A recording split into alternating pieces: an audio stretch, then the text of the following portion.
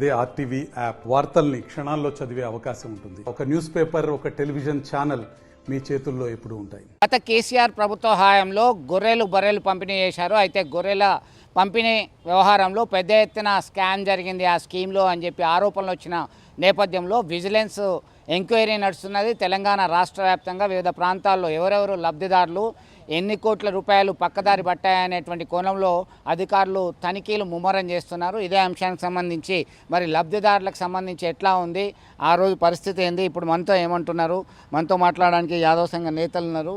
ప్రసాద్ గారు చెప్పండి. నా పేరు సందమైన ప్రసాద్ యాదవ్. నేను కరీంనగర్ జిల్లా యాదవ్ సొసైటీ కార్యదర్శి, అలాగే ప్రాథమిక సహకార గొర్రెల పెంపకదారుల సహకార సంఘాల జేఏసీ రాష్ట్ర కార్యదర్శిని. ఈరోజు మన సిబిఐ ఎంక్వైరీలో రాష్ట్రంలో 1000 కోట్ల స్కామ్ ఈ గొర్రెల స్కీమ్లో జరిగిందని వార్తలు వినిపిస్తున్నాయి. అది వార్తలు ముమ్మాటికి నిజము, విజిలెన్స్గా. కాబట్టి జిల్లాలో కూడా అన్ని జిల్లాలో కూడా తెలంగాణ రాష్ట్ర పరంగా అన్ని జిల్లాలో కూడా ఇట్లాంటి కుంభకోణం జరిగింది.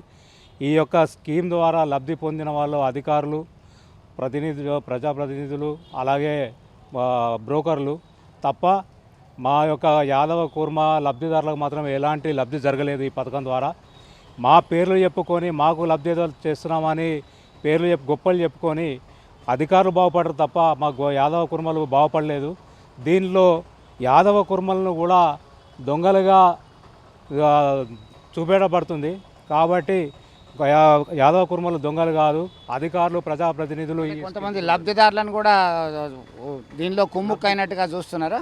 లబ్ధిదారులు కూడా వాళ్ళు కూడా కొంచెం స్కామ్ చేసిండ్రు, అంటే వాళ్ళు తీసుకొని అమ్ముకున్నారు అనే కోణంలో చెప్తుండ్రు.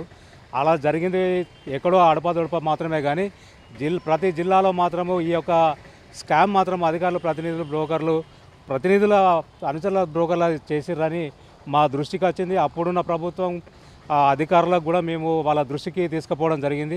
ఎందుకంటే స్కీమ్ పెట్టింది ప్రభుత్వమే కాబట్టి, అప్పుడు కూడా ఆ ప్రభుత్వం అధికారంలో ఉన్నది కాబట్టి మా యొక్క ఫిర్యాదులను వాళ్ళు తీసుకోలేదు. మా యొక్క ఫిర్యాదులపై వాళ్ళు యాక్షన్ తీసుకోలేదు. ఇప్పుడు ఏం చేస్తున్నారు? ప్రధానంగా మీ డిమాండ్ ఏంది? ఉమ్మడి జిల్లా వ్యాప్తంగా కరీంనగర్ జిల్లాలో కూడా ఇలా గొర్రెల పంపిణీకి సంబంధించి స్కాములు జరిగినాయని చెప్పేసి అనుకోవచ్చా? ముమ్మటికి అనుకోవచ్చు. ఈ కరీంనగర్ జిల్లాలో 7.5 కోట్ల లబ్ధి చెందిందని చెప్పేసి వాళ్ళు లెక్కలు చూపడం జరిగింది.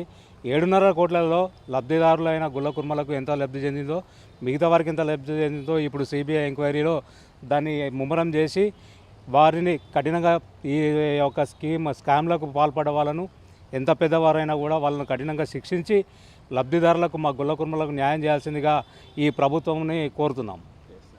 ప్రతి స్కీమ్లో స్కామ్ జరిగిందనే ఆరోపణలు వచ్చినటువంటి నేపథ్యంలో విచారణ జరుగుతుంది. ఉన్నత స్థాయి కమిటీ విచారణలో ఎవరైనా దోషులను కఠినంగా శిక్షించాలని డిమాండ్ చేస్తున్నారు లబ్ధిదారులు. ఆ రోజు లబ్ధి పొందినటువంటి వాళ్ళని సైతం దొంగలుగా చిత్రీకరించడం సరైనది కాదు అని చెప్పేసి ఆవేదన వ్యక్తం చేస్తున్నారు. ఇప్పటికైనా నిజ నిర్ధారణ చేసి అందులో ఇన్వాల్వ్ అయినటువంటి వాళ్ళని మాత్రం కఠినంగా శిక్షించాలని డిమాండ్ చేస్తున్నారు. విడుదల సుమంత్తో కలిసి చంద్రశేఖర్, ఆర్టీవీ, కరీంనగర్. మరిన్ని వీడియోస్ కోసం ఛానల్ ని సబ్స్క్రైబ్ చేయండి. లేటెస్ట్ అప్డేట్స్ కోసం వాట్సాప్ ఛానల్ ని ఫాలో చేయండి. అండ్ లింక్ డిస్క్రిప్షన్ లో ఉంది.